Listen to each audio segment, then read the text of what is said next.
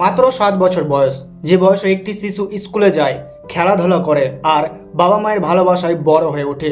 কিন্তু উত্তরপ্রদেশের মিরাটে মাত্র 7 বছরের এক নিষ্পাপ শিশুকে হত্যার অভিযোগ উঠেছে তারই মায়ের বিরুদ্ধে।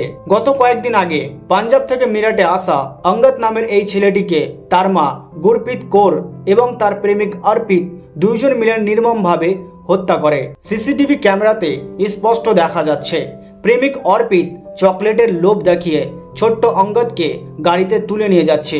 পরে ছেলেটির মৃতদেহ উদ্ধার হয় কাছাকাছি একটি ক্ষেতের ধারে। পুলিশের তদন্তে জানা গেছে গুরপ্রীত কৌরের সঙ্গে অর্পিতের দীর্ঘদিনের প্রেমের সম্পর্ক ছিল, কিন্তু শিশুটি সেই সম্পর্কে বাধা হয়ে দাঁড়াচ্ছিল বলে মনে করতেন, আর সেই কারণে তিনি ভয়ঙ্কর এই পরিকল্পনা করেন। দুইজন গ্রেপ্তারও হয়েছে এবং পুলিশের কাছে অপরাধ স্বীকারও করেছে। কিন্তু একজন মা কিভাবে তার নিজের সন্তানকে এত নির্মমভাবে হত্যা করতে পারে, এই প্রশ্ন সকলের মনে ঘুরপাক খাচ্ছে। এই বিষয়ে আপনাদের কি মতামত কমেন্টে অবশ্যই জানাবেন।